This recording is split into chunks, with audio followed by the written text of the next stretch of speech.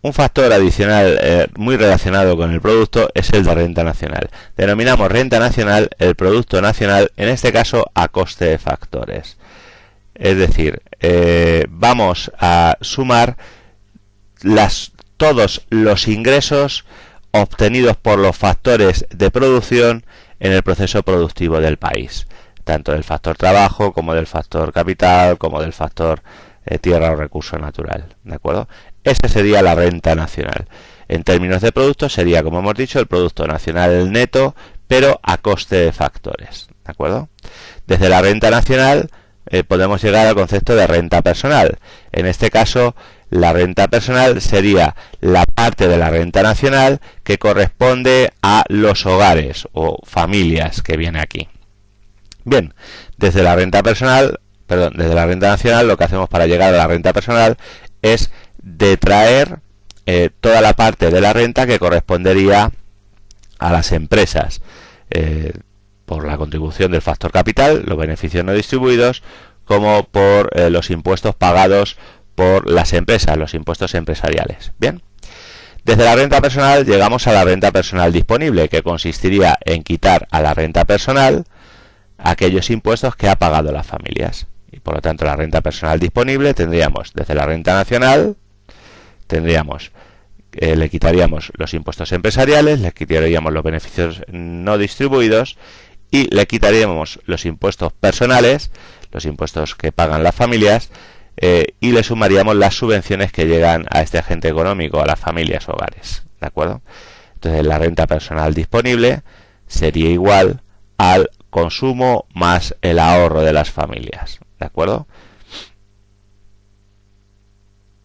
En el punto 3 se dedica a los problemas de medición del Producto Nacional.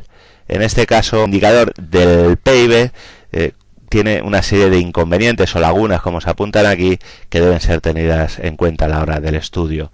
Tenemos ciertos productos y servicios que están fuera del mercado. Productos, por ejemplo, de autoconsumo, las reparaciones o las pequeñas producciones que hacen las personas y que no se contabilizan en este PIB. O bien la labor o el esfuerzo dedicado por los amos y amas de casa en el trabajo de su hogar y que tampoco entran en el cálculo de este PIB. Tenemos también el valor de la economía sumergida, actividades que son ilegales. En el caso de las externalidades, es un inconveniente serio que tiene el PIB, puesto que no se tiene en cuenta los efectos que ocasiona la actividad productiva sobre el medio ambiente. La producción de determinados bienes ocasiona deterioro medioambiental y eso tendría que minusvalorar el valor del PIB y no se hace, puesto que son costes externos que no se tienen en cuenta. Y en relación con esto estaría la producción de males. Hay dentro del PIB la contabilización de ciertos productos que no incrementan el bienestar de la población. La producción de armas, de cárceles, de venenos, aumenta la producción, pero no el bienestar de la economía.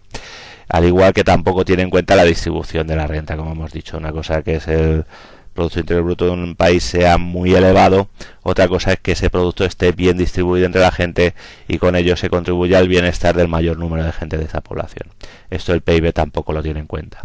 Como tampoco tiene en cuenta el ocio. Muchas veces un aumento del nivel de producción lleva aparejado una reducción de tiempo de ocio que sí contribuye al valor de bienestar. Es decir, el PIB tiene serios inconvenientes para medir el desarrollo. Es un buen indicador para medir el crecimiento económico, pero ya presenta una serie de lagunas que lo limitan a la hora de medir el desarrollo económico. Por eso hay otra serie de índices. Aquí se apunta el índice de desarrollo humano, el índice de la felicidad, que son controvertidos, puesto que estos conceptos de desarrollo humano, felicidad o bienestar son difíciles de definir objetivamente, tienen una carga valorativa importante, pero estos índices están más contrastados respecto a otros, sobre todo este que apuntamos aquí, el índice de desarrollo humano, que intenta medir en qué medida la producción de un país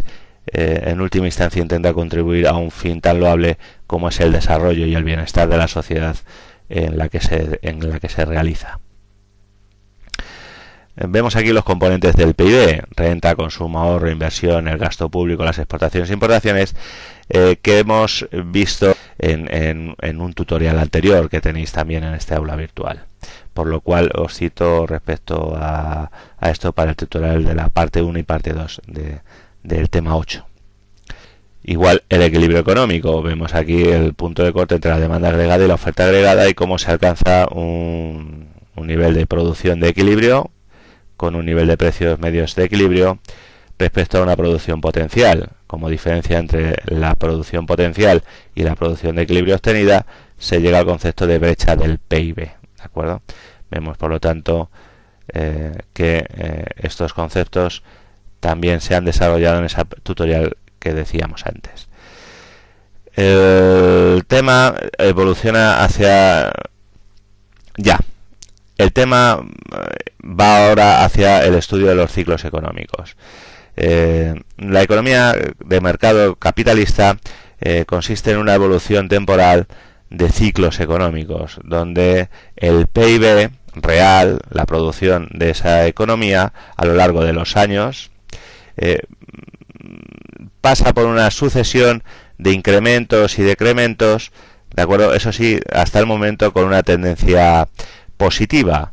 Es decir, a lo largo de los años, el PIB primero aumenta fuertemente, llega hasta una cima o cumbre, a partir del cual cae, se llega a un valle, que viene dado luego después una recuperación, se llega a una cumbre, en una evolución que es cíclica. Hay una serie de ciclos a más largo plazo, a medio y a corto plazo, que suelen llevar el nombre de los autores que los estudian: Kondratiev, los de más largo plazo, el ciclo de negocios o de Juglar, o el ciclo Kitchin, el ciclo de existencias a más corto plazo. Hay una serie de ciclos en función de su duración que se estudia, pero el más estudiado suele ser el intermedio, el ciclo de negocios, ciclo Juglar, que es el que hemos apuntado en segundo lugar, y en el que vemos aquí la fase del ciclo, ¿no? Se llega a una recesión donde durante 2 trimestres de forma técnica el PIB cae y se genera un círculo vicioso, como se apunta aquí: una caída en el consumo y la inversión, lo que genera una caída en el gasto agregado de la economía, una caída en la producción y en la renta, una caída en el empleo, una caída de los precios, que suele llevar a una caída en la actividad general de la empresa y un periodo de frenazo económico, ¿de acuerdo?